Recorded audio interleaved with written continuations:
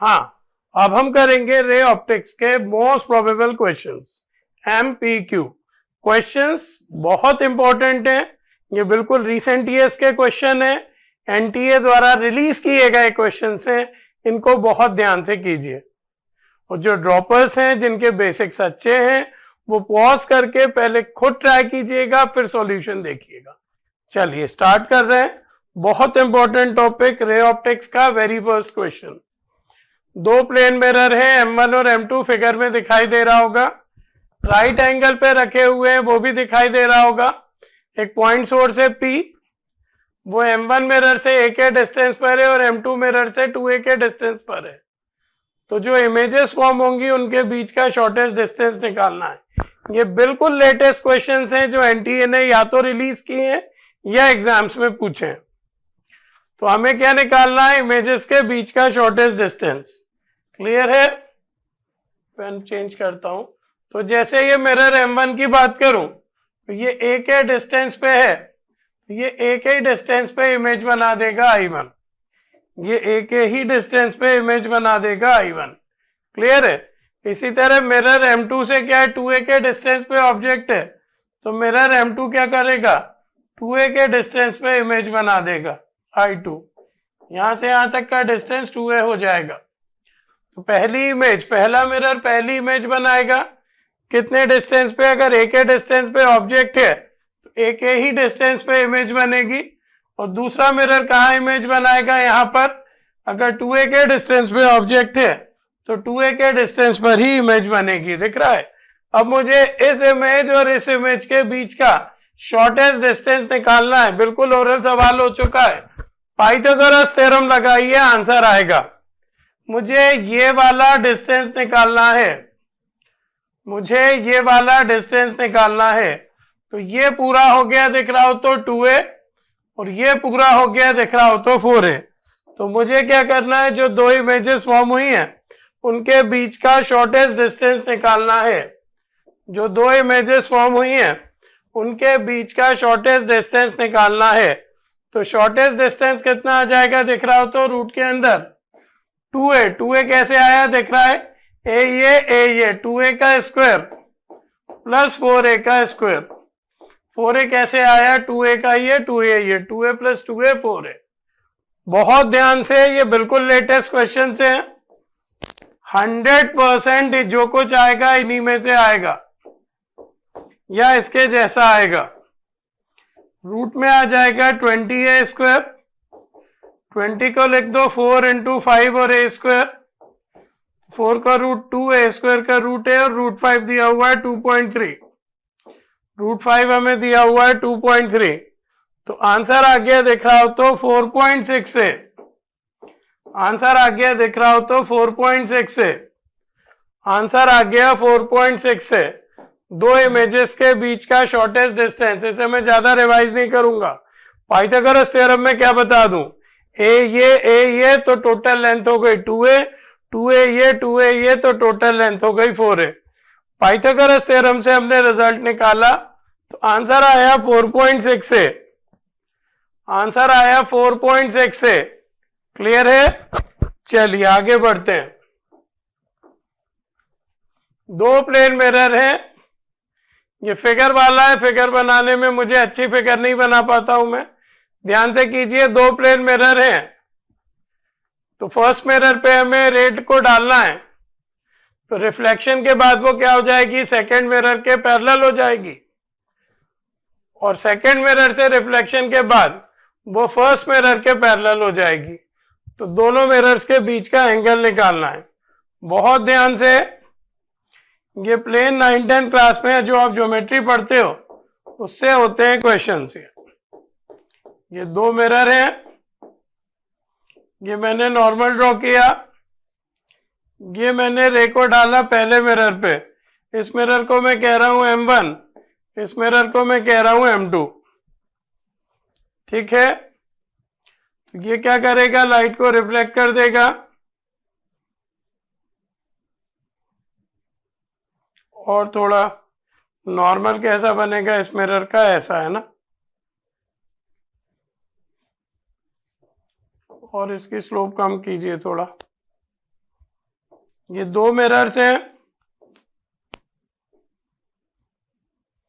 इस पे मैंने रे डाली, ये रे ऐसी गई और रिफ्लेक्शन के बाद क्या हुआ, ये फर्स्ट मिरर के पैरेलल हो गई। ये नॉर्मल कुछ इस तरह का बना लो, इस पे भी रिफ्लेक्शन के बाद क्या हुआ, रे जो है फर्स्ट मिरर के पैरेलल हो गई। जो रे हमें डालना है वो सेकंड मिरर के पैरेलल है, M2 के पैरेलल है, और फिर वो M2 से रिफ्लेक्शन के बाद फर्स्ट मिरर के पैरेलल हो गई। बहुत ध्यान से फिगर बनाना। तो हमें निकालना क्या है, दोनों मिरर्स के बीच का एंगल। ये 9th-10th क्लास की प्लेन ज्योमेट्री होती है। तो जब ये एंगल थीटा है तो ये एंगल भी थीटा होगा। क्यों? क्योंकि हमें दिया हुआ है कि ये लाइट जो है सेकंड मिरर के पैरेलल है। अच्छा, जब इसके थीटा है तो ये भी थीटा होगा। क्यों? हमें पता है कि एंगल आई और एंगल आर इक्वल होते हैं। तो जब ऊपर के एंगल्स इक्वल होंगे तो नीचे के एंगल्स भी इक्वल होंगे। जब ऊपर के एंगल्स इक्वल होंगे तो नीचे के एंगल्स भी इक्वल होंगे। क्लियर है? अब इसके थीटा होने से ये भी थीटा हो गया। बहुत ध्यान से बेटा, इसके थीटा होने से ये थीटा क्यों हो गया, दिख रहा है ना, करस्पॉन्डिंग एंगल्स। और बताइए, इसके थीटा होने से ये भी थीटा हो गया और इसके थीटा होने से ये भी थीटा हो गया। ये क्यों? क्योंकि लॉ होता है जिस एंगल पे लाइट मुड़ती है उसी एंगल पर लाइट आती है। इसके थीटा होने से ये भी थीटा हो गया। क्लियर है? इसके थीटा होने से ये भी थीटा हो गया। अब देखिए, और ये थीटा, अच्छा, इसके थीटा होने से ये थीटा हो गया। ये आपने पढ़ा होगा, दो पैरेलल करस्पॉन्डिंग एंगल्स, दो पैरेलल लाइन को एक ट्रांसवर्सल कट कर रहा है तो ये दोनों एंगल भी इक्वल हो गए। बहुत ध्यान से बेटा, बिल्कुल 9th-10th क्लास का काम है। फिर से समझ लीजिए, दोनों मिरर्स के बीच का एंगल मैंने थीटा माना, इसके थीटा होने से ये भी थीटा हो गया क्योंकि हमें दिया हुआ है कि लाइट जो है मिरर के पैरेलल है। इसके थीटा होने से ये भी थीटा हो गया। क्यों? क्योंकि लॉ होता है जिस एंगल पर लाइट आती है उसी एंगल पर लाइट लौटती है। इसके थीटा होने से ये थीटा हो गया। कौन से एंगल? Corresponding angles. अच्छा, और इसके थीटा होने से ये थीटा हो गया। कौन से एंगल? Alternate angles. जरा इन तीनों एंगल्स को देखो, जरा इन तीनों एंगल्स को देखो, ये और ये तीनों को यदि मैं जोड़ दूं तो मुझे मिलेगा 180 डिग्री। दिख रहा है? तीनों को यदि मैं जोड़ दूं तो मुझे मिलेगा 180 डिग्री। वही करो, 3 थीटा इक्वल टू कर दो 180 डिग्री, तो थीटा इक्वल टू हो जाएगा 60 डिग्री। हर तरह के मैंने सवाल लेने की कोशिश की है, हर तरह के मैंने सवाल लेने की कोशिश की है। प्लेन मिरर पे कुछ इतने तरीके के सवाल बनते हैं। या तो आपको सिंपल ज्योमेट्री लगेगी, क्लियर है, या दो प्लेन मिरर्स की बात होगी। सारा कुछ ध्यान से करते जाइए, सारे इंपॉर्टेंट क्वेश्चंस हैं। तो आंसर आ गया 60 डिग्री। दोनों मिरर्स के बीच का एंगल कितना आ गया? 60 डिग्री। दोनों मिरर के बीच का एंगल कितना आ गया बेटा? बोलेंगे 60 डिग्री।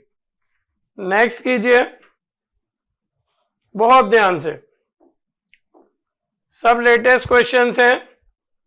ये क्या है? एक पॉइंट सोर्स है, पेन बदलना पड़ेगा। एक पॉइंट सोर्स है S, ये बना हुआ है। तो ये L डिस्टेंस पर है मिरर से, फिगर में शो किया हुआ है। अच्छा, एक आदमी है, वो 2L के डिस्टेंस पे मूव कर रहा है, 2L की दूरी पर मूव कर रहा है वो। तो होगा क्या? देखो, ये सोर्स से लाइट जाएगी, वो पलट के इधर जाएगी। इसी तरह ये सोर्स से लाइट जाएगी, वो पलट के इधर जाएगी। तो यहां से यहां तक जब आदमी मूव करेगा तो उसे रोशनी दिखाई देगी। इसे कहते हैं फील्ड ऑफ व्यू। यही हमें निकालना है। फिर से समझ लीजिए, सबसे पहले एक मिरर है, फिर सोर्स है, उसके आखिरी में एक आदमी मूव कर रहा है 2L के डिस्टेंस पे। तो कहां से कहां तक उसे रोशनी दिखाई देगी? यहां से यहां तक उसे रोशनी दिखाई देगी। इसे कहते हैं फील्ड ऑफ व्यू। तो यही हमें निकालना है। तो याद रखो, फील्ड ऑफ व्यू निकलता है सिमेट्री के मेथड से। याद रखिए, फील्ड ऑफ व्यू कैसे निकलता है? सिमेट्री के मेथड से। याद रखिए फील्ड ऑफ व्यू कैसे निकलता है, सिमेट्री के मेथड से। सिमेट्री के मेथड से यानी क्या, देखो सोर्स का डिस्टेंस कितना दिया है L, तो जो सोर्स की इमेज बनेगी यहां कहीं S डैश, वो भी कितनी दूरी पर बनेगी,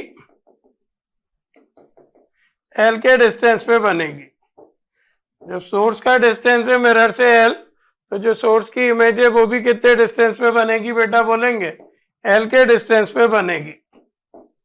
अब ध्यान से देखिए, एक ये छोटा ट्रायंगल ले लीजिए, दिख रहा हो तो, और एक ये बड़ा ट्रायंगल ले लीजिए।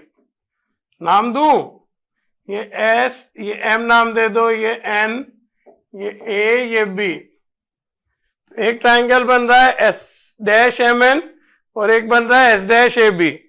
दोनों की शक्लें एक सी हैं, यानी दोनों सिमिलर हैं। इनमें सिमिलैरिटी की थ्योरम लगाइए, तो ये जो आपको निकालना है यहां से यहां तक x नाम दे दें इसे, तो ये निकल आएगा।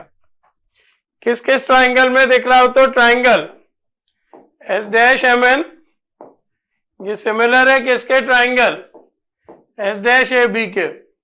तो सिमिलर ट्रायंगल में क्या होता है, साइड्स प्रोपोर्शनल होती हैं। सिमिलर ट्रायंगल में क्या होता है, साइड्स प्रोपोर्शनल होती हैं। जैसे छोटे ट्रायंगल का बेस आपको कितना दिख रहा है, L, अपॉन बड़े ट्रायंगल का बेस कितना दिख रहा है, L ये 2L ये, यानी 3L इज इक्वल टू, यहां से यहां तक का कितना दिख रहा है, इसका हाइपो कितना दिख रहा है, मिरर के साइज को M मान लूं यदि मैं, तो ये तो आधा मिरर है यानी M/2, अपॉन निकालना क्या है मुझे एग्जैक्टली, मिरर की लेंथ दी है क्या, नहीं दी है। मिरर की लेंथ नहीं दी है तो M/2 मान ली हमने। पूरे मिरर की लेंथ अगर M है तो आधे मिरर की लेंथ कितनी हो जाएगी, M/2। इसी तरह से फील्ड ऑफ व्यू को हमने x नाम दिया है, तो पूरा फील्ड ऑफ व्यू अगर x है तो आधा फील्ड ऑफ व्यू कितना हो जाएगा, मिरर की लेंथ दी है d, मिरर की लेंथ दी है d, तो आधा मिरर हो गया d/2। इसी तरह फील्ड ऑफ व्यू को मैंने नाम दिया x, तो आधी फील्ड ऑफ व्यू हो गई x/2, दिख रहा है। इसका बेस कितना है L, इसका बेस कितना है 3L, इसकी हाइट कितनी है d/2, इसकी हाइट कितनी है x/2। इसे सॉल्व कर लो x के लिए, 2 से 2 कैंसिल,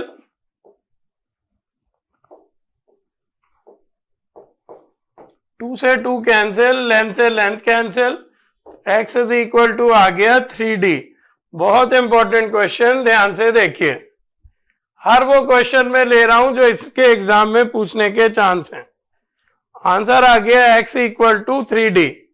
तो फील्ड ऑफ व्यू कितना रहेगा बेटा, बोलेंगे 3D। फील्ड ऑफ व्यू कितना रहेगा बेटा, बोलेंगे 3D। फील्ड ऑफ व्यू कितना रहेगा, 3D। क्लियर है। और आगे बढ़ते हैं।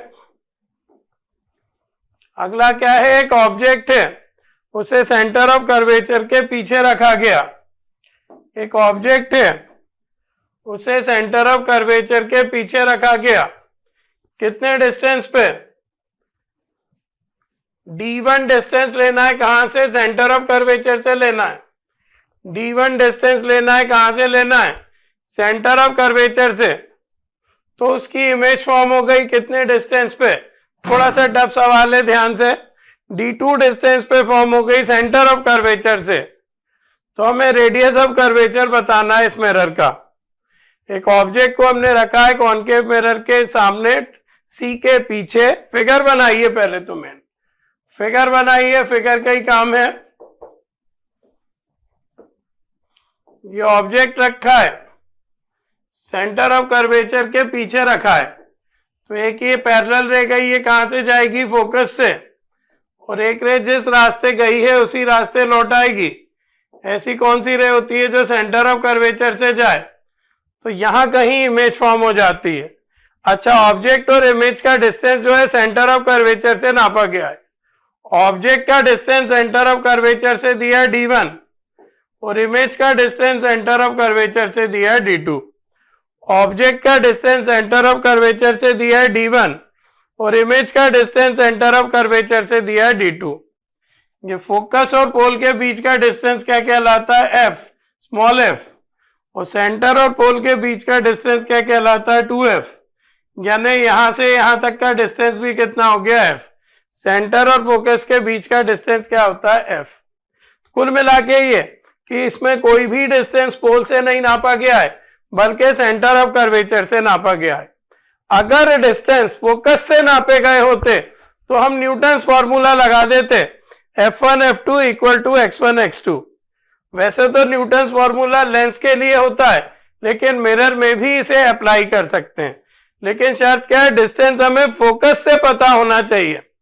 जैसे ऑब्जेक्ट डिस्टेंस है, ऑब्जेक्ट डिस्टेंस फ्रॉम फोकस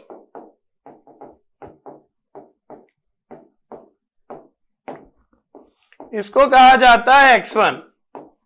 तो x1 मुझे बता सकते हो कितना होगा? इधर देखो, ऑब्जेक्ट का डिस्टेंस मुझे निकालना है। दूसरा पेन में यूज करता हूं, बड़े आराम से करते जाओ। फोकस से इसको कहते हैं x1, अगर न्यूटन का फॉर्मूला लगाना हो। तो यहां से यहां तक तो देखो d1 है, और यहां से यहां तक f है। x1 हो जाएगा d1 प्लस f, x1 हो जाएगा d1 प्लस f, x1 हो जाएगा, दिख रहा हो तो d1 प्लस f, x1 हो जाएगा d1 प्लस f। आप ध्यान से सुनना, आप ध्यान से सुनना, मुझे इमेज का डिस्टेंस निकालना है फोकस से, उसे मैं कहूंगा x2। इमेज डिस्टेंस, इसमें थोड़ा सा टाइम लगेगा, फ्रॉम फोकस। न्यूटन्स फॉर्मूले में इसे x2 से लिखते हैं।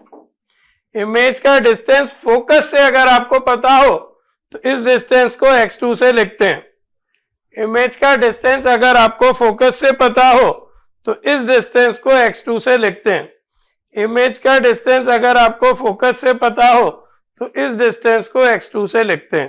तो देखो बेटा, x2 कैसे आएगा? मुझे इमेज का डिस्टेंस कहां से पता है? सेंटर ऑफ कर्वेचर से पता है d2। मुझे इमेज का डिस्टेंस कहां से पता है? सेंटर ऑफ कर्वेचर से पता है d2। लेकिन मुझे कहां से निकालना है? फोकस से निकालना है। तो ये d2 है और ये x2 है ना? ये लिखा हुआ इमेज का डिस्टेंस जो भी फोकस से होता है उसे हम कहते हैं x2। तो देखो d2 प्लस x2 को इक्वल कर दो f के, दिख रहा हो तो d2 plus x2 is equal to f। तो x2 आ गया, दिख रहा हो तो f माइनस d2। x2 कितना आ गया? f minus d2। बहुत ध्यान से बेटा, बहुत ज्यादा ध्यान से, ये बिल्कुल 2021 का क्वेश्चन कर रहे हो आप, जो एनटीए ने रिलीज किया है। तो x1 आ गया, कह सकते हैं f प्लस d1 लिख दो, क्योंकि ये f माइनस d2 है तो f पहले लिख दो। यहां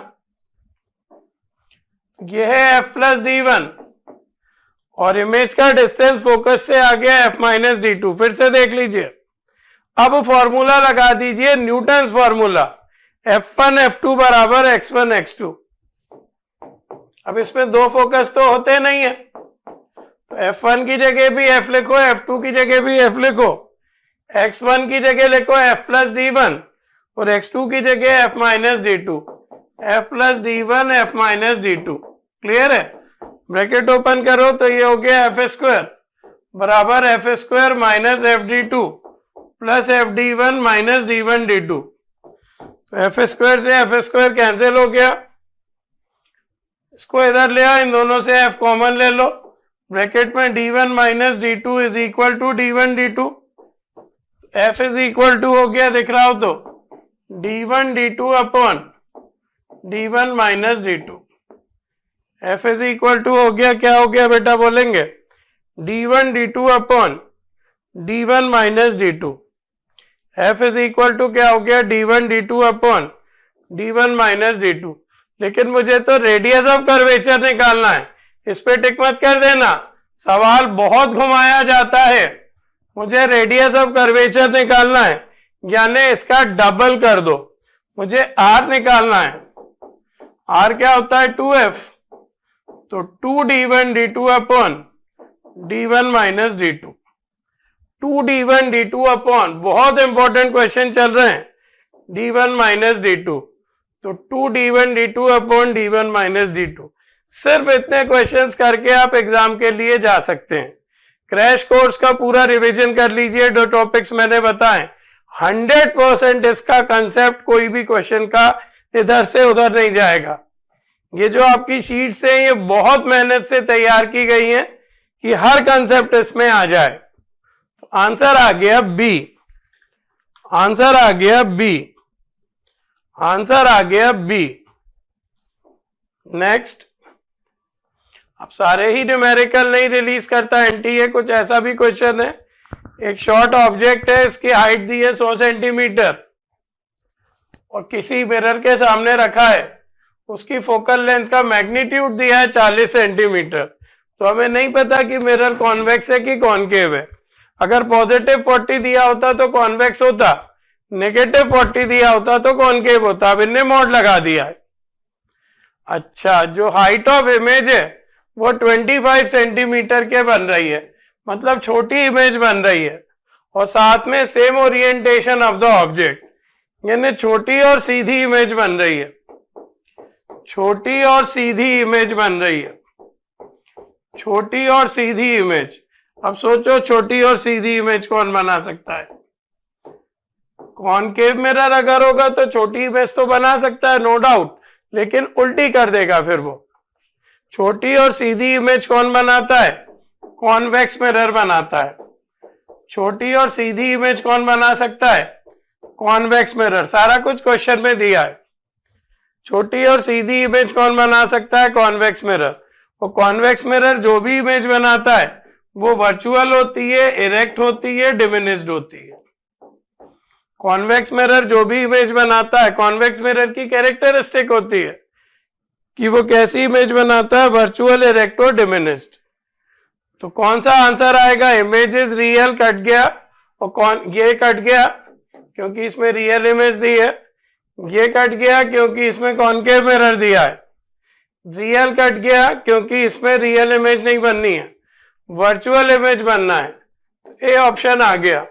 इमेज वर्चुअल बनेगी और कॉन्वेक्स मिरर होगा। इमेज वर्चुअल होगी और मिरर कौन सा होगा? कॉन्वेक्स। क्यों? क्योंकि छोटी और सीधी इमेज तो कॉन्वेक्स मिरर ही बना सकता है। छोटी और सीधी इमेज तो कॉन्वेक्स मिरर ही बना सकता है। नेक्स्ट, एक कॉनकेव मिरर है, उससे हम अपना फेस को व्यू कर रहे हैं, उसकी फोकल लेंथ है 0.4 मीटर, उसकी फोकल लेंथ है 0.4 मीटर, एफ लेंगे माइनस में 0.4 मीटर, कोई बताने नहीं आएगा कि माइनस में लेना है। कॉनकेव मिरर की फोकल लेंथ नेगेटिव होती है, और क्या पूछ रहे हैं? यू निकालना है हमें। क्या? The distance eight which you hold the mirror, object distance निकालना है, जिससे हमें कितनी इमेज मिले? अपराइट इमेज यानी सीधी इमेज मिले जिसका मैग्निफिकेशन 5 हो। तो अपराइट इमेज है यानी वर्चुअल है, वर्चुअल इमेज के लिए मैग्निफिकेशन पॉजिटिव लेते हैं। तो हमें m दिया है 5, तो ये हो जाएगा minus V by U is equal to 5। तो v इक्वल टू हो जाएगा minus 5u। v equal to क्या हो जाएगा बेटा? Minus 5u। ये सब लेटेस्ट क्वेश्चन हैं। अब फॉर्मूला लगाइए, 1/v plus 1/u equal to 1/f। तो minus 1/5u plus 1/u is equal to minus 5/2। LCM ले लो 5u, यहाँ आएगा minus 1 plus 5 is equal to minus 5/2।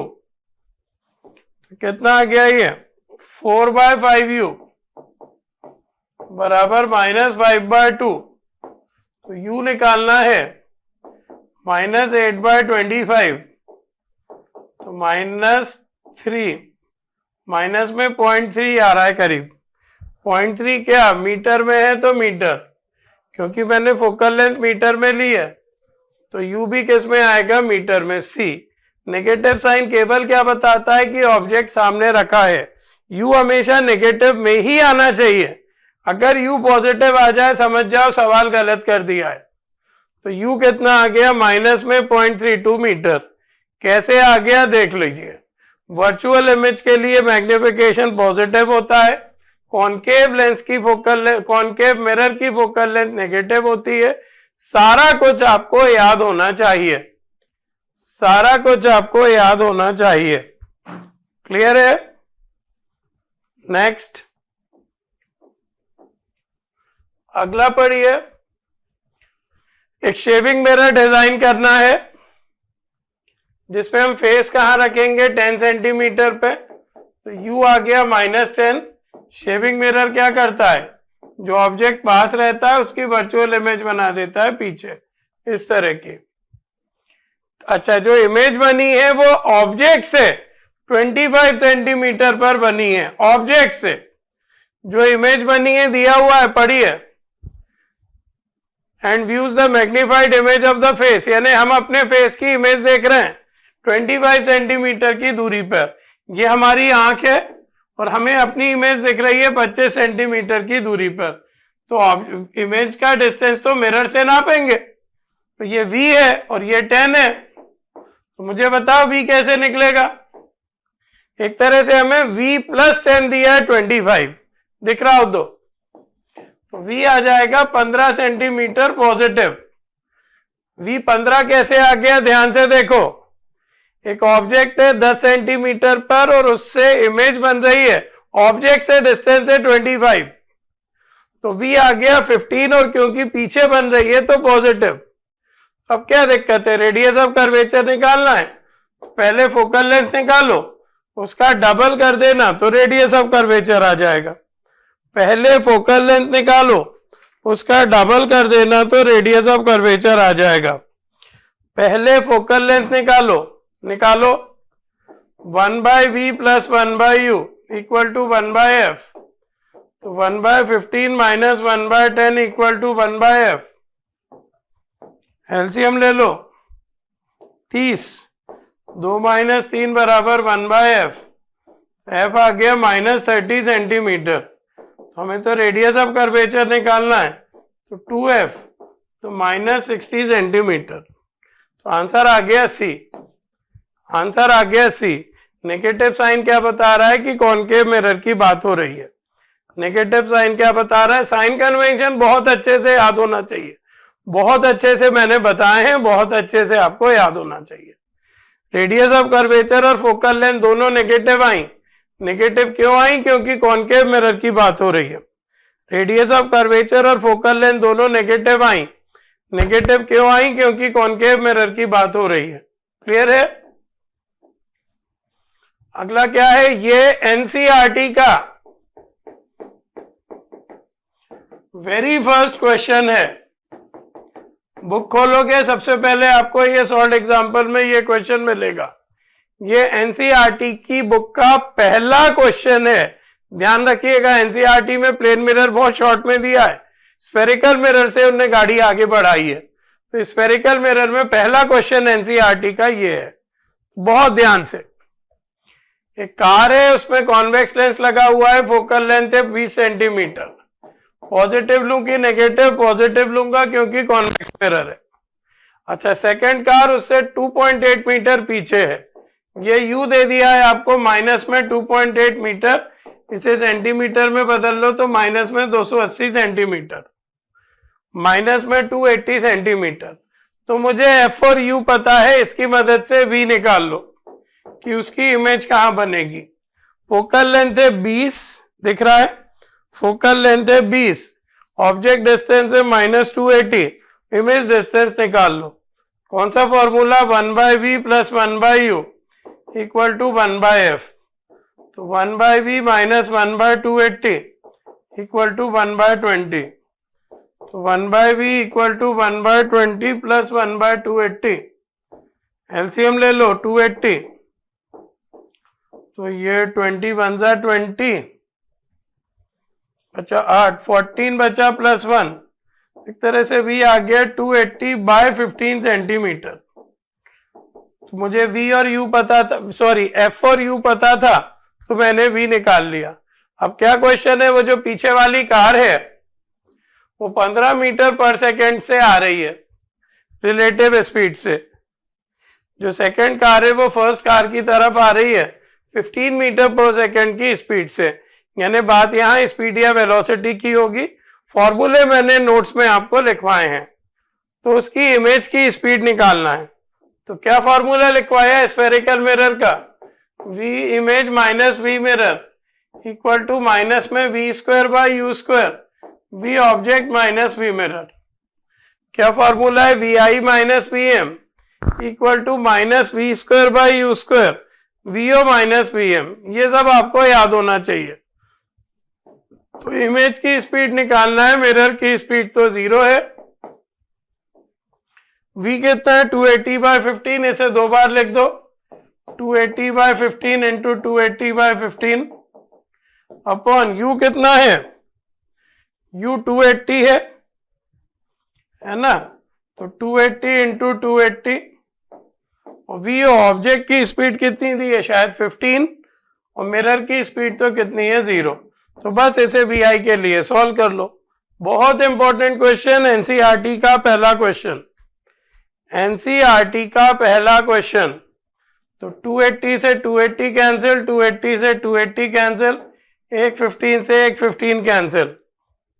तो वी आई आ गई माइनस में 1/15 मीटर पर सेकेंड। माइनस साइन ये बता रहा है कि जो ऑब्जेक्ट वाली वो है स्पीड, उसके अपोजिट आएगी इमेज वाली स्पीड।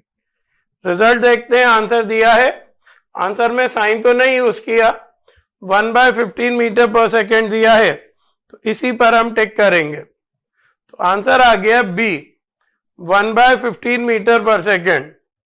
आंसर आ गया बी, 1/15 मीटर पर सेकेंड। क्लियर है? आगे बढ़ते हैं।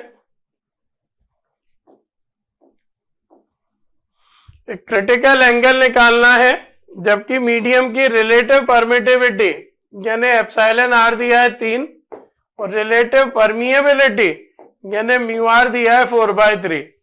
तो ये दो लेसन को मिक्स किया है। आपको ईएम वेव पे जाना पड़ेगा। स्पीड निकालने का फॉर्मूला क्या होता है? सी बाय रूट में म्यू आर एप्सिलॉन आर। ये फॉर्मूला आपको याद आना चाहिए। v इक्वल टू क्या होता है? सी बाय रूट के अंदर mu R into epsilon R. तो c को c ही लिखो, म्यू आर को लिखो 4/3 और एप्सिलॉन आर को लिखो 3। तो ये हो गया c/2। थोड़ा सा जमा लो। तो c/v इक्वल टू आ गया 2, और c/v को ही कहते हैं म्यू, रिफ्रैक्टिव इंडेक्स। तो म्यू आ गया 2।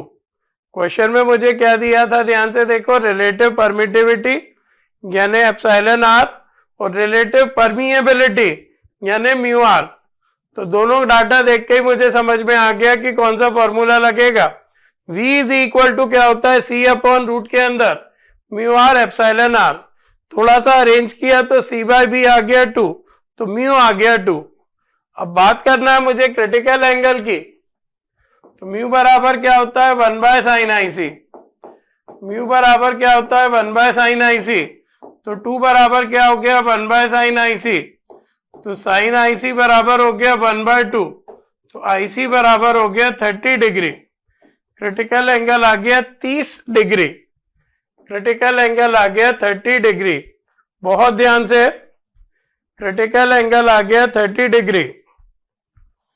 क्रिटिकल एंगल आ गया 30 डिग्री। क्रिटिकल एंगल आ गया 30 डिग्री। क्रिटिकल एंगल आ गया 30 डिग्री। क्लियर है?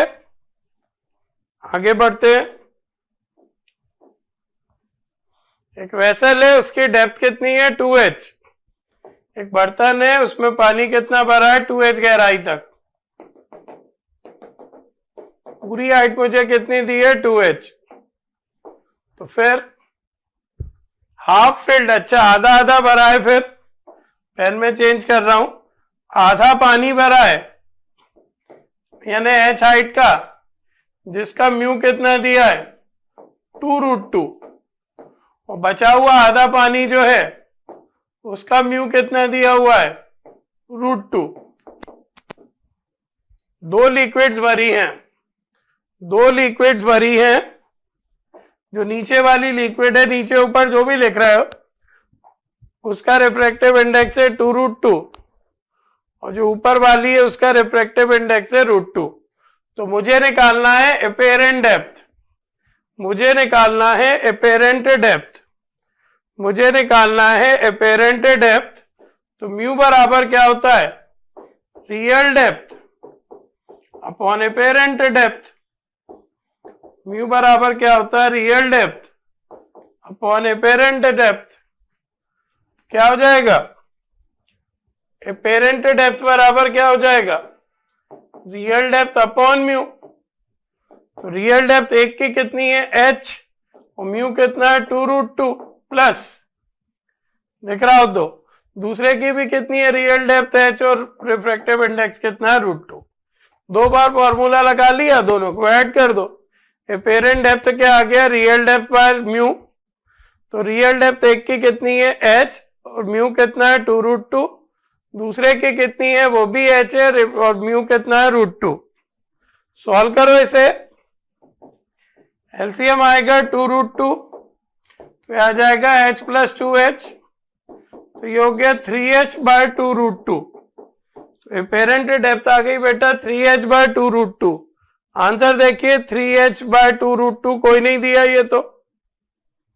अच्छा, इसको रेशनलाइज कर लीजिए, इसको √2 से मल्टीप्लाई डिवाइड कर दीजिए, तो ये √2 2 हो जाएगा। तो आंसर आ जाएगा, दिख रहा हो तो 3h √2 बाय 4।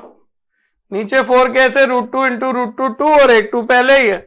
आंसर तो इतना आ रहा है बेटा, लेकिन क्योंकि वो मैच नहीं कर रहा तो √2 से मल्टीप्लाई डिवाइड किया, तो आंसर आ गया 3h √2 बाय 4, यानी आंसर आ गया बी। 3h √2 बाय 4 यानी आंसर आ गया बी। 3h √2 बाय 4 यानी आंसर आ गया बी। नोट कीजिए। हाँ, नेक्स्ट क्वेश्चन देखिए।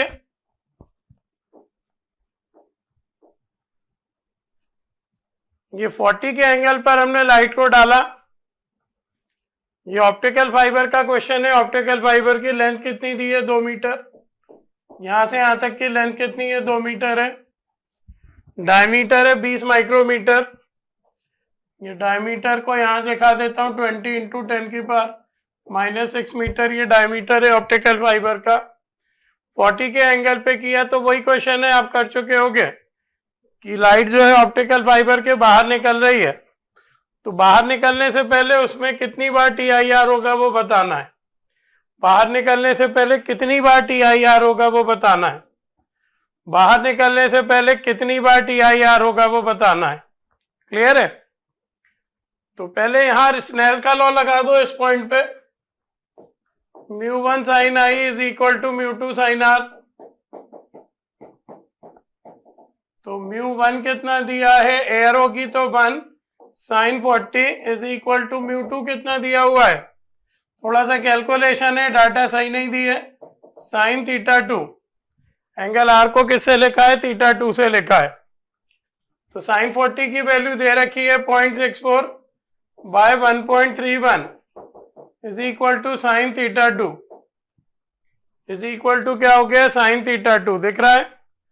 तो sin θ2 हो गया 64 बाय 131, sin θ2 हो गया 64 बाय 131। ये डाटा देखो थोड़ा अजीब है, और आंसर भी ये दोनों तो कम से कम पास पास के हैं। sin θ2 हो गया 64 बाय 131। अच्छा, एक बार रिफ्लेक्शन में देखो कितने लाइट आगे बढ़ रही है, x। तो इस ट्राइंगल में देखो मुझे परपेंडिकुलर पता है, एक तरह से बेस निकालना है। तो परपेंडिकुलर और बेस तो 10 में आती है। तो एक ट्राइंगल कंस्ट्रक्ट कर लीजिए। थोड़ा सा बेकार से डाटा दिए हैं, ये 64 लिखी है, ये 131 लिखी है, तो बेस कितना आ जाएगा, 131 का होल स्क्वायर माइनस 64 का होल स्क्वायर। अब ये कहाँ से निकालोगे बेटा, देखो ये थोड़ा सा लेंदी है, कीजिए 131 का स्क्वायर कीजिए, 131 इंटू 131 कीजिए, 131 इंटू 131 17161। बहुत बेकार डाटा, माइनस 64 इंटू 64। बाकी आप जानते हो इस तरह के क्वेश्चंस बनते हैं। 3904। तो 17161 में से 3904 घटाओ, 17161 माइनस 3904, तो ये आ गया 13,257। बहुत बेकार डाटा, इसको मुझे शीट में नहीं रखना था। 13,257 का रूट, इसका रूट देखिए कितना आएगा, रूट 13,257 115 के आसपास आ रहा है। तो कुल मिला के ये कि इसका जो बेस है वो आ गया 115। बहुत कॉम्प्लेक्स डाटा है, क्योंकि एनटीए ने दिया था ये क्वेश्चन, इसलिए मैंने करवाया है। अब आप क्या करो, ध्यान से देखो, ये जो ट्राइंगल मैंने शेड किया इसमें tan थीटा लगा दो। tan थीटा हो जाएगा परपेंडिकुलर बाय बेस, और इस ट्राइंगल में भी tan थीटा लगा दो परपेंडिकुलर बाय बेस। तो tan थीटा अगर मैं ट्राइंगल में लगाऊं परपेंडिकुलर बाय बेस, तो ट्राइंगल का परपेंडिकुलर है 64 और ये है 115, और यहां मैं tan थीटा लगाऊं परपेंडिकुलर बाय बेस तो 20 इंटू 10 की पावर -6 अपॉन x, तो ये x आ जाएगा। x क्या है, एक बार TIR होने पर लाइट कितना आगे बढ़ी है, एक बार TIR होने पर लाइट कितना आगे बढ़ी है, ये x है। तो x आ जाएगा 115 इंटू 20 बाय 64 इंटू 10 की पावर -6। इसको सॉल्व कर लीजिए, बहुत ज्यादा कैलकुलेशन है। 115 को मल्टीप्लाई कीजिए 20 से और डिवाइड कीजिए फिर 64 से, तो 37.70 इंटू 10 की पावर -6 मीटर। ध्यान से सुनिए अभी तक क्या हुआ, थोड़ा सा लेंथी क्वेश्चन है। सबसे पहले मैंने वेरी फर्स्ट पॉइंट पे स्नेल का लॉ लगाया, μ1 sin i equal to μ2 sin r, और मुझे क्या मिल गया, sin r मिल गया, यानी sin θ2 मिल गया। sin θ2 की हेल्प से मैंने ट्राइंगल बनाया, तो मुझे परपेंडिकुलर और हाइपो पता था, तो बेस मिल गया। तो इस ट्राइंगल में मैंने tan थीटा लगाया, इस ट्राइंगल में मैंने tan थीटा लगाया, और मान लिया कि एक बार TIR करने में लाइट कितना आगे बढ़ रही है, x, तो ये आ गई x की वैल्यू। तो ध्यान से सुनना, 37.70 इंटू 10 की पावर -6 मीटर में हो रहा है एक TIR। यूनिटरी मेथड लग रहा है, तो 1 मीटर में कितने TIR होंगे, 1/37.70 इंटू 10 की पावर -6 TIR। तो ऑप्टिकल फाइबर की लेंथ आपको दी होगी, पढ़ो कितनी दी है, ऑप्टिकल फाइबर की लेंथ दी है 2 मीटर लॉन्ग। तो 2 मीटर में कितने TIR होंगे, मल्टीप्लाई कर दो 2 से, तो 1/37.70 इंटू 10 की पावर -6 इंटू 2। अब इसे आपको सॉल्व करना है, तो 2/37.70 इंटू 10 की पावर 6, 2 0 ले लो, 200 कर दो, बटे 37.70 इंटू 10 की पावर 4। 200 को डिवाइड कर दो 37.70 से, 200 डिवीजन 37.7, तो आ रहा है 5.30 इंटू 10 की पावर 4, और एग्जैक्ट करोगे तो और सही आंसर आएगा। तो ये आ गया अप्रोक्स 530 के बाद 2 0 और करीब 53,000 आंसर आ रहा है। ये मैंने डेसिमल के बाद काफी कम डिजिट्स ली हैं, तो 53,000 के आसपास आ रहा है, तो हम 55,000 पे लगाएंगे। क्लोजेस्ट आंसर यही है, क्लोजेस्ट आंसर यही है। बहुत ध्यान से देखिए क्या हुआ, ये मत सोचिएगा कि मैंने कोई बुक उठाई है और मैं टफ क्वेश्चन निकाल के लाया हूं, ये सब एनटीए द्वारा रिलीज किए गए लेटेस्ट क्वेश्चन है। क्या किया मैंने, साइन थीटा 2 निकाला, स्नेल के लॉ से ट्राइंगल बनाया, जिससे ट्राइंगल क्यों बनाया, क्योंकि मुझे परपेंडिकुलर पता है, बेस निकालना है, तो मुझे बेस की जरूरत पड़ेगी। फिर ट्राइंगल में tan थीटा लगाया, ऊपर जो ट्राइंगल बन रहा है उसमें tan थीटा लगाया, सॉल्व किया x के लिए। x क्या है, एक TIR में लाइट कितना आगे बढ़ी। इस तरह के क्वेश्चंस कर चुके होंगे, तो हमें पता करना है कि 2 मीटर लंबा है ऑप्टिकल फाइबर, तो 2 मीटर के लिए कितना लाइट आगे बढ़ेगी। तो एग्जैक्ट तो नहीं हो पाया है सॉल्व, 53,000 आ रहा है, तो 55,000 पे आप टिक कीजिए, 55,000 पे आप टिक कीजिए। अगला क्या है, ये तो नीट में आया हुआ क्वेश्चन है। एक ट्रांसपेरेंट सॉलिड सिलेंडर है, थीटा के एंगल पर लाइट डाली, 2/√3 है म्यू इसका, उसके बाद लाइट ग्रेस करती हुई जा रही है, ये लिखा हुआ है सराउंडेड बाय एयर। ये द इंसिडेंट एंगल थीटा निकालना है for which the light ray grazes along the wall of the rod. मतलब बात हो रही है क्रिटिकल एंगल की, मतलब बात हो रही है क्रिटिकल एंगल की। ग्रेजिंग इंसिडेंट, ग्रेजेस मतलब इस तरह से लाइट जा रही है, मतलब ये एंगल कितना होगा, क्रिटिकल एंगल होगा।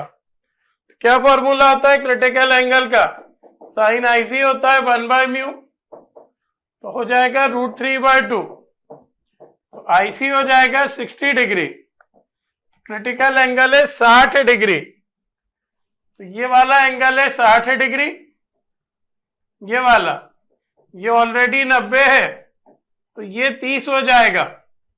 क्रिटिकल एंगल आ गया 60 डिग्री, देख लीजिए कैसे, ये 90 है तो ये 30 हो जाएगा। अब मुझे क्या निकालना है, साइन थीटा की वैल्यू निकालना है, थीटा निकालना है।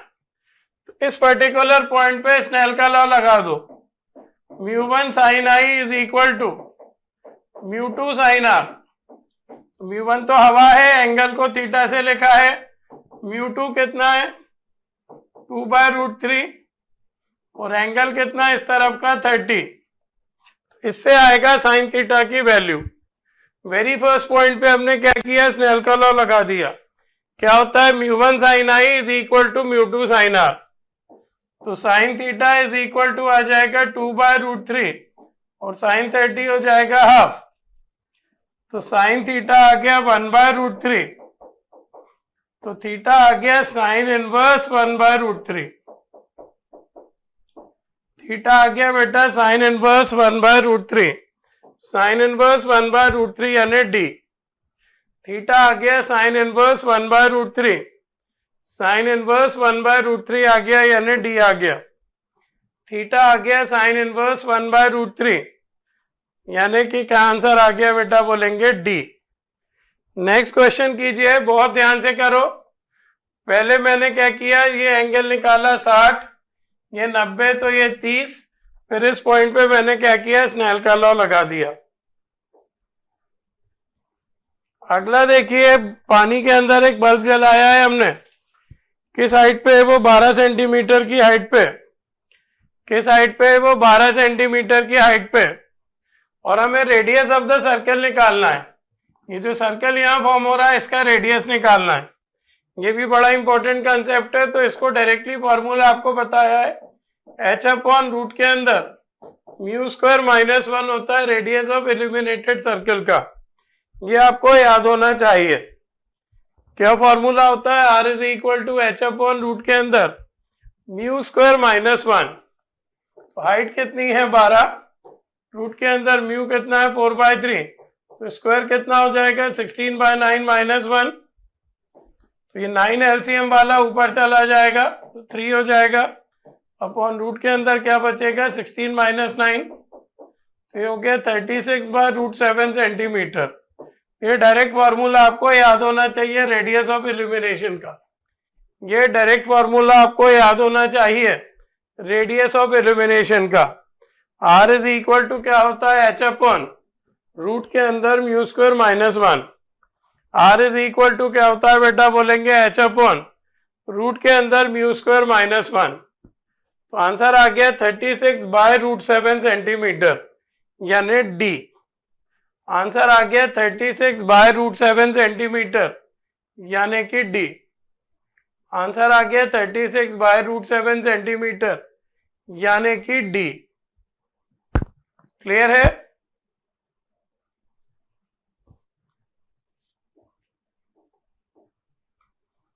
आगे कीजिए, एक प्रिज्म में रिफ्रैक्टिव इंडेक्स कितना है, म्यू, एंगल ऑफ प्रिज्म कितना है, किस पोजीशन पे रखी है, मिनिमम डेविएशन की पोजीशन पे रखी है।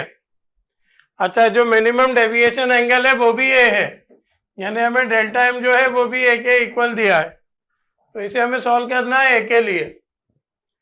क्या होता है, mu is equal to sine A plus delta M by 2 upon sine A by 2।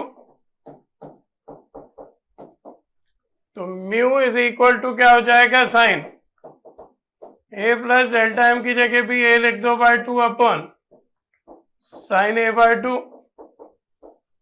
तो ये sine mu is equal to क्या हो गया, साइन ए प्लस ए क्या हो गया, 2a by 2 upon sine A by 2, 2 से 2 cancel, mu is equal to क्या हो गया, sine A upon sine A by 2।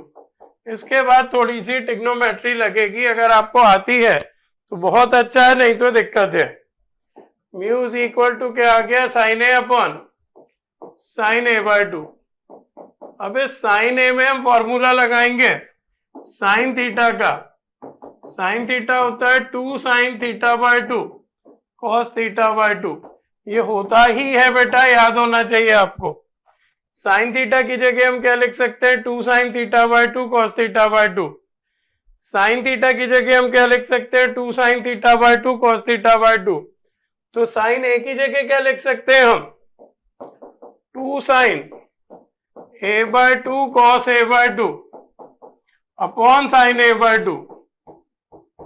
Sign A by 2 से साइन ए बाय 2 कैंसिल, तो 2 को इधर ले आओ तो mu by 2 is equal to cos A by 2।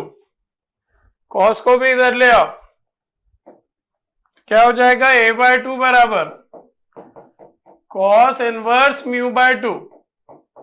दिख रहा हो तो कॉस को इधर ले आओ, तो ए बाय 2 बराबर क्या हो गया, कॉस इनवर्स म्यू बाय 2। ए बराबर क्या हो गया, 2 कॉस इनवर्स म्यू बाय 2। ए बराबर क्या हो गया, 2 कॉस इनवर्स म्यू बाय 2।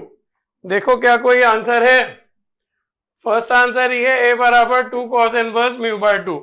बहुत ध्यान से देखिए क्या हुआ, बहुत ज्यादा ध्यान से।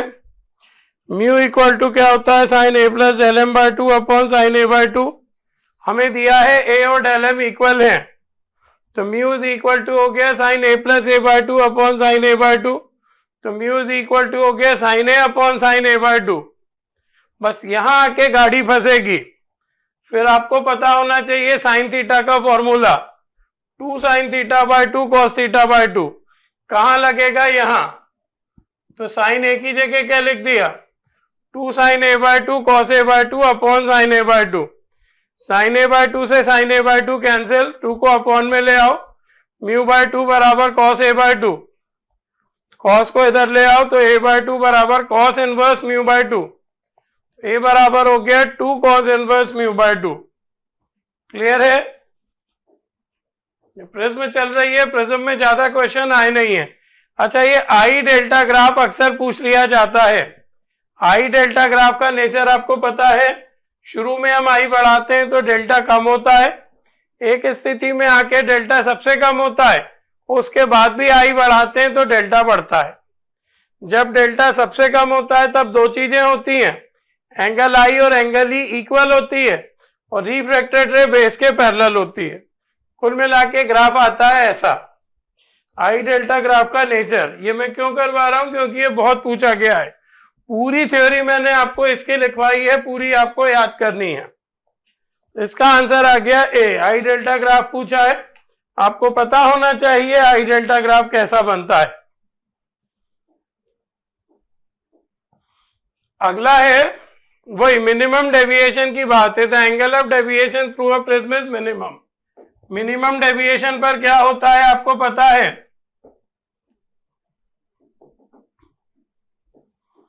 पहला ये होता है कि एंगल आई और एंगल ई इक्वल होता है। दूसरा होता है जो रिफ्रैक्टेड रे है ये बेस के पैरेलल होती है। दो चीजें तो मैंने बताई हैं, एंगल आई और एंगल ई इक्वल होता है और जो रिफ्रैक्टेड रे है वो पैरेलल होती है बेस के, आर आर यानी रिफ्रैक्टेड रे। एंगल आई और एंगल ई इक्वल होता है और रिफ्रैक्टेड रे बेस के पैरेलल होती है। पहला है incident ray and emergent ray are symmetric to the prism, कह सकते हो कि ये क्या प्रिज्म से सेम एंगल बनाती हैं। जब ऊपर का एंगल इक्वल है तो नीचे के एंगल भी इक्वल होंगे। बिल्कुल ठीक, पहला वाला ऑप्शन तो ठीक है। Incident ray and emergent ray are symmetric to the prism, बिल्कुल ठीक। दूसरा क्या है, refracted ray inside the prism becomes parallel to the base, वो तो हमने याद किया ही है। Angle of incidence is equal to angle of emergence, ये भी बिल्कुल ठीक है। चौथा है angle of emergence is double the angle of incidence, ये गलत है।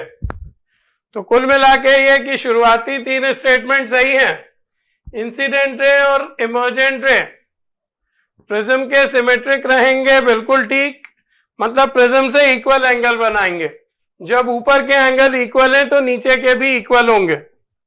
दूसरा है इंसिडेंट रे और इंसिडेंट एंगल और इमर्जेंट एंगल इक्वल होते हैं, बिल्कुल ठीक है। और रिफ्रैक्टेड रे बेस के पैरेलल होती है मिनिमम डेविएशन पर, ये भी बिल्कुल ठीक है। तो ए बी सी स्टेटमेंट सही है, डी गलत है। डी कह रहा है कि एंगल ऑफ इमर्जेंस जो है वो double the angle of incidence होता है, ये गलत है। क्लियर है? तो आंसर आएगा सी। अगला है, ये भी नीट में आया हुआ क्वेश्चन है। तीन रेज हैं, रेड ग्रीन ब्लू, और क्या दिया है, रेड का रिफ्रैक्टिव इंडेक्स 1.27, ग्रीन का 1.42 और ब्लू का 1.49। ये देखो, ये दोनों पास पास के हैं, ये छोटा है, इतना तो आपको समझ में आ रहा होगा। तो ये तीन कलर है बेटा, इन्हें हमने प्रिज्म पर डाला। तो ये पूछ रहा है कौन सी लाइट फेस पी आर से निकलेगी। मतलब ज्यादातर लाइट तो ऐसी हो जाएंगी कि फेस पे पड़ी मुड़ गई, मतलब ज्यादातर लाइट का टी आई आर होगा। कौन सी लाइट हमें यहां मिलेगी, हमें ये बताना है। तो देखो, टी आई आर किसका नहीं होगा, जिसका क्रिटिकल एंगल ज्यादा हो। जैसे हीरे में क्यों होता है ज्यादा टी आई आर, क्योंकि उसका क्रिटिकल एंगल कम होता है। क्रिटिकल एंगल अगर कम है तो टी आई आर के चांस ज्यादा हो जाते हैं। क्रिटिकल एंगल अगर कम है तो टी आई आर के चांस ज्यादा हो जाते हैं बेटा। जैसे हीरा, हीरे का क्रिटिकल एंगल आपने याद किया होगा 24 डिग्री होता है, कम है तो उसमें टी आई आर बहुत अच्छे से होता है। क्रिटिकल एंगल कम यानी टी आई आर ज्यादा। हमें तो लाइट निकलवाना है, मतलब हमें टी आई आर नहीं करना। तो क्रिटिकल एंगल ज्यादा यानी टी आई आर कम, है ना। टोटल इंटरनल रिफ्लेक्शन कम कब होगा, जब क्रिटिकल एंगल ज्यादा हो। अच्छा, म्यू बराबर क्या होता है, 1/sin IC। तो क्रिटिकल एंगल ज्यादा किसका होगा, जिसका म्यू कम हो। पूरी कहानी आपको समझ में आनी चाहिए। हमें टी आई आर नहीं चाहिए, हम चाह रहे हैं कि रोशनी यहां से निकले। तो टी आई आर उस रे का नहीं होगा जिसका क्रिटिकल एंगल क्या हो, ज्यादा हो। और क्रिटिकल एंगल ज्यादा किसका होता है, जिसका म्यू कम है। तो म्यू सबसे ज्यादा किसका कम है, रेड का। तो रेड का टी आई आर होने के चांस सबसे कम है। तो यहां आपको कौन सा रंग मिलेगा, रेड। पूरी कहानी ध्यान से समझिए। हमें पी आर के बाद लाइट चाहिए, मतलब हम चाह रहे हैं कि टी आई आर ना हो। तो किस रे का टी आई आर नहीं होता है, जिसका क्रिटिकल एंगल ज्यादा हो। और किसका क्रिटिकल एंगल ज्यादा होता है, जिसका म्यू कम हो। तो म्यू किसका कम है, रेड का। तो आपको वहां क्या मिलेगा, पी आर के बाद रेड कलर मिलेगा। आपको पी आर फेस के बाद कौन सा कलर मिलेगा, रेड कलर मिलेगा। ये बड़े इंपॉर्टेंट कंसेप्ट होते हैं, इन पे क्वेश्चंस बनते हैं, बहुत ध्यान से कीजिए, बहुत ध्यान से कीजिए। चलिए आगे बढ़ते हैं। एक रे है 60 डिग्री के एंगल पर हमने डाला। आई का एंगल कितना हो गया, ray of light is incident at an angle of 60 degree और प्रिज्म का एंगल है 30 डिग्री। हर तरह के मैंने एक एक लिए हैं। अब ये क्या दिया है, इमर्जेंट रे makes an angle 30 degree with incident ray. ये इंसिडेंट रे होती है, ये इमर्जेंट रे होती है। इमर्जेंट रे इंसिडेंट रे के साथ 30 डिग्री का एंगल बना रही है, यानी ये आपको दिया है एंगल ऑफ डेविएशन घुमा फिरा के। इमर्जेंट रे इंसिडेंट रे के साथ 30 डिग्री का एंगल बना रही है, यानी ये आपको डेल्टा दिया है। क्लियर है? ये आपको क्या दिया है? डेल्टा दिया है। और क्या निकाल लो आप? एंगल ई निकाल लो। किस फॉर्मूले से? I plus e is equal to A plus delta. I कितना है? 60, ई निकाल लो, ए 30, डेल्टा 30। तो ये 60 से 60 कट गया, एंगल ई आ गया 0 डिग्री। एंगल ई 0 डिग्री आ गया, इसका क्या मतलब है? इमर्जेंट रे नॉर्मल के साथ एंगल हमेशा किससे बनाते हैं? नॉर्मल से बनाते हैं। ये एंगल 0 आ गया, मतलब इमर्जेंट रे नॉर्मली निकल रही है फेस से। इमर्जेंट रे फेस के नॉर्मल निकल रही है। एंगल ई 0 आने से क्या प्रूव हो गया? कि इमर्जेंट रे फेस के नॉर्मल निकल रही है, सेकेंड फेस के। Emergent ray is perpendicular to second face. Second face, बहुत ध्यान से। फॉर्मूला क्या लगाया? I plus e is equal to A plus delta. तो एंगल ई 0 आ गया, 0 आ गया। एंगल को नापते कैसे हैं? नॉर्मल से। तो इमर्जेंट रे नॉर्मल से 0 का एंगल बना रही है। इसका क्या मतलब है? कि इमर्जेंट रे भी ऐसी निकल रही है। तो हमसे क्या पूछा? इमर्जेंट रे सेकेंड फेस से कितना एंगल बना रही है? तो सेकेंड फेस के परपेंडिकुलर है इमर्जेंट रे, यानी एंगल बना रही है 90 डिग्री का। इमर्जेंट रे सेकेंड फेस से 0 पे मत लगा देना, 90 आंसर होगा। इमर्जेंट रे सेकेंड फेस से कितना एंगल बना रही है? इमर्जेंट रे सेकेंड फेस से 90 का एंगल बना रही है। इमर्जेंट रे सेकेंड फेस से कितना एंगल बना रही है? इमर्जेंट रे सेकेंड फेस से 90 का एंगल बना रही है। क्लियर है? चलिए आगे बढ़ते हैं। ये एरर में भी क्वेश्चन है, प्लस प्रिज्म का भी क्वेश्चन है। मेन स्केल रीडिंग कितनी दी है? 58.5 डिग्री। वर्नियर स्केल रीडिंग कितनी दी है? 9 division. One main scale division कितना दिया है? 0.5 डिग्री। और ये क्या दिया है? कि वर्नियर के जो 30 डिवीजन है वो मेन स्केल के 29 डिवीजन के बराबर है। क्या दिया है? मैं लिख देता हूं, 30 division of vernier is equal to 29 division of main. यह हमें दिया हुआ है। तो 1 डिवीजन ऑफ वर्नियर कितना हो जाएगा? 29/30 डिवीजन ऑफ मेन, यानी कितना? 29/30 डिवीजन ऑफ मेन स्केल का एक डिवीजन दिया है 0.5 डिग्री, 0.5 यानी हाफ। बहुत ध्यान से करना है इस क्वेश्चन को, 2 चैप्टर्स में ये पूछा गया है।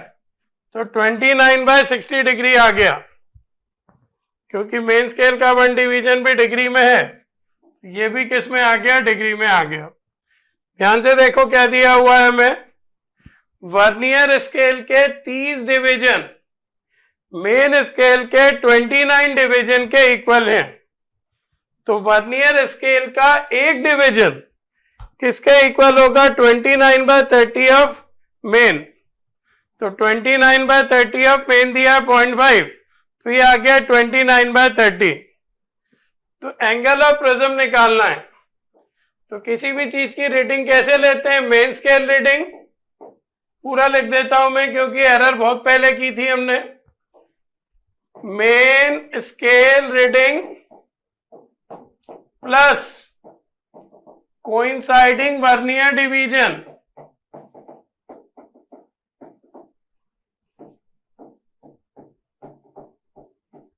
Into least count. लेकिन अभी हमने लीस्ट काउंट नहीं निकाला है।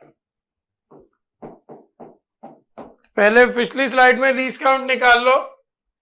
लीस्ट काउंट निकालने का क्या फॉर्मूला होता है? 1 main scale division -1 vernier scale division. Least count निकालने का क्या फॉर्मूला होता है? 1 main scale division -1 vernier scale division.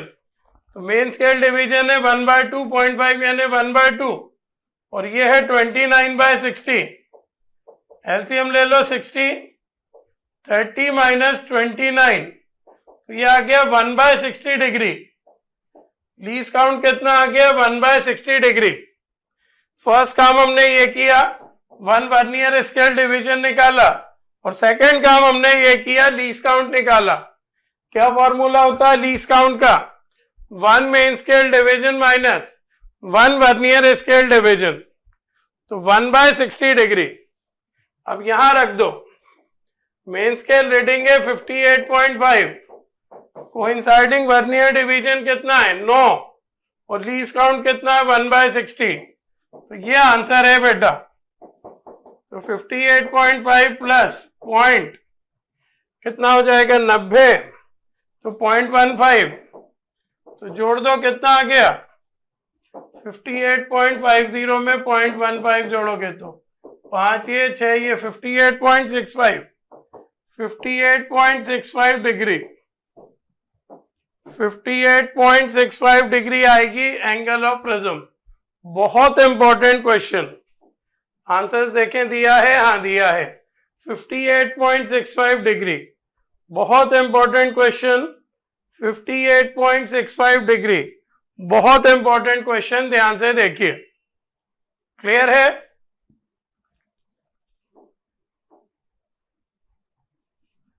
अगला है रिफ्रैक्टिव इंडेक्स दिया है, रेड कलर का 1 पॉइंट म्यू आर दिया है एक तरह से 1.520, और म्यू बी दिया है 1.525, है ना? साफ दिख रहा है म्यू बी बड़ा है म्यू आर से। चलो आगे क्वेश्चन पढ़ते हैं। D1 और D2 क्या है? Angle of minimum deviation. तो D1 बड़ा होगा कि D2 ये बताना है, ये भी नीट में आया हुआ क्वेश्चन है। तो डेविएशन का फॉर्मूला होता है म्यू -1 इंटू है, तो जिसका म्यू बड़ा होगा उसका डेविएशन बड़ा होगा, जिसका म्यू ज्यादा उसका डेविएशन एंगल ज्यादा, क्योंकि डेविएशन का फॉर्मूला होता है म्यू -1 इंटू है। तो म्यू बी का बड़ा है बाद वाले का, यानी D2 बड़ा होगा D1 से, बाद वाले का म्यू ज्यादा है यानी D2 बड़ा होगा D1 से। किसकी बातें करना है हमें? डेविएशन एंगल की। क्या फॉर्मूला होता है डेविएशन का? म्यू -1 इंटू है, तो जिसका म्यू ज्यादा उसका डेविएशन एंगल ज्यादा। तो म्यू किसका ज्यादा है? सेकंड वाले का, तो डेविएशन भी किसका ज्यादा होगा? सेकंड वाले का। तो ये आपकी कंप्लीट हुई रे ऑप्टिक्स का पार्ट 1। पूरी थ्योरी हो चुकी है, पूरे न्यूमेरिकल्स हो चुके हैं। 100% जो कुछ आएगा इसी तरह का आएगा। क्लियर है? इसके बाद हम करेंगे पार्ट 2 नेक्स्ट लेक्चर में। पार्ट 2 में आपको बताया जाएगा प्रिज्म और ऑप्टिकल इंस्ट्रूमेंट। ओके।